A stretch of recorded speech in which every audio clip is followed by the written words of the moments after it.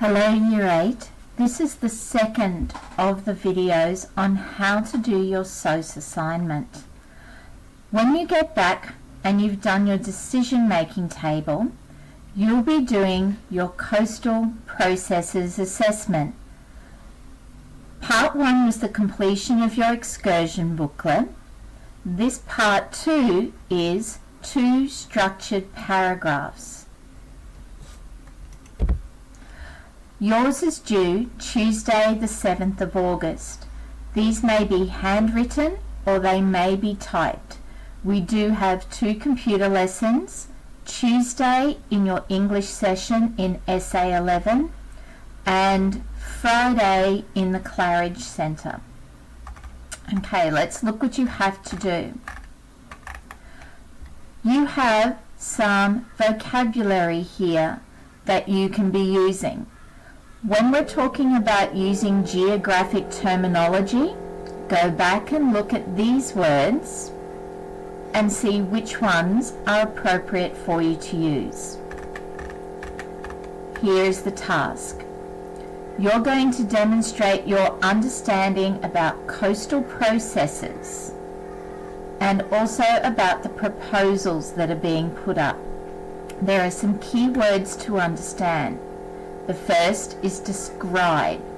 That's where you tell your readers about what is happening, for example, longshore drift, how it's caused, and why that is a feature of the area, with moving sand up the spit, for example. To justify, you're going to give reasons and evidence to support your answer. This becomes important in paragraph 2. Geographic terminology, that's the technical terms for what is happening, and you have some up here that you can refer to. Criteria we discussed in the last video, so I'm not going to go through it again, and saying the social and economic factors, but they're on here for you to refer back to. Okay, your first paragraph.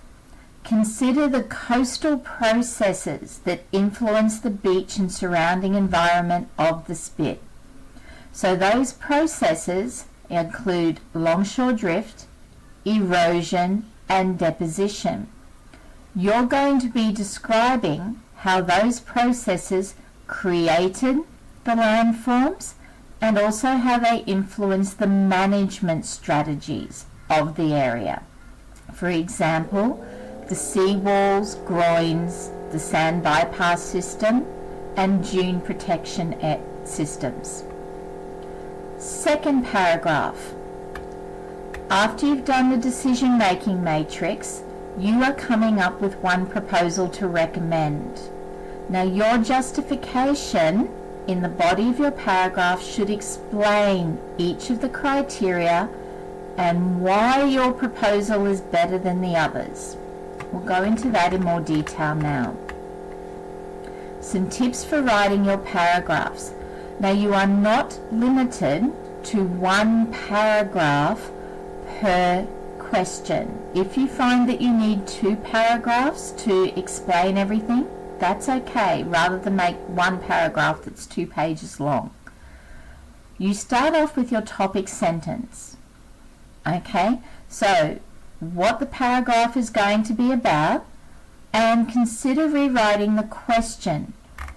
Now, that might seem strange when there are no question marks here, but in here it's called an implied question. So you could use something in this first one with the implied question that how do the processes affect the creation and management.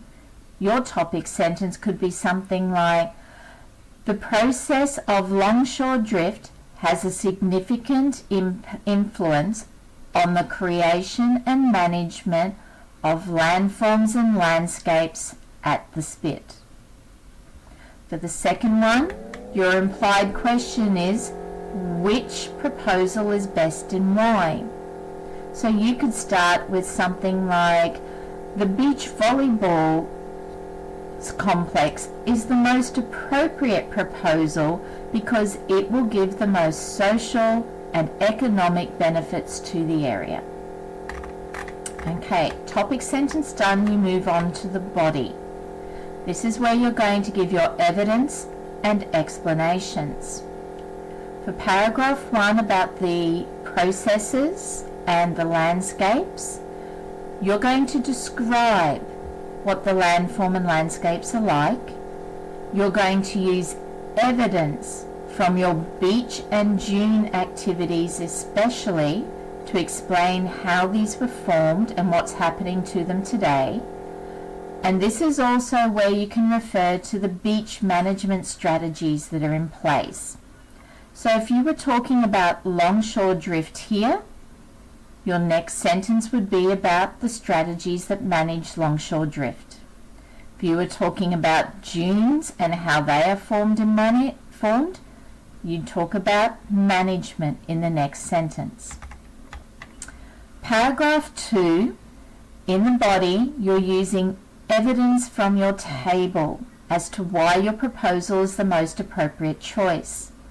Now don't forget that on your table you were to put notes to explain your rating.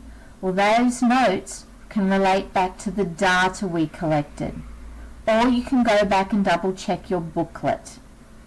Okay, so if you found evidence on the day that helps to support why yours is best or why the others aren't so good, then use that evidence in your body.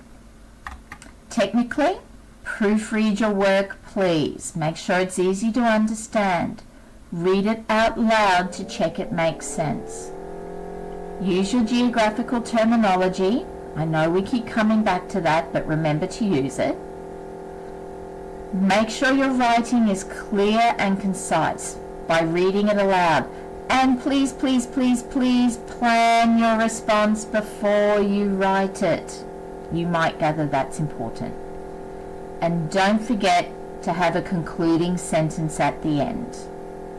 Now I know that's a lot of information, so make sure you watch this video a couple of times and maybe pause it when you're up to the different sections of this task.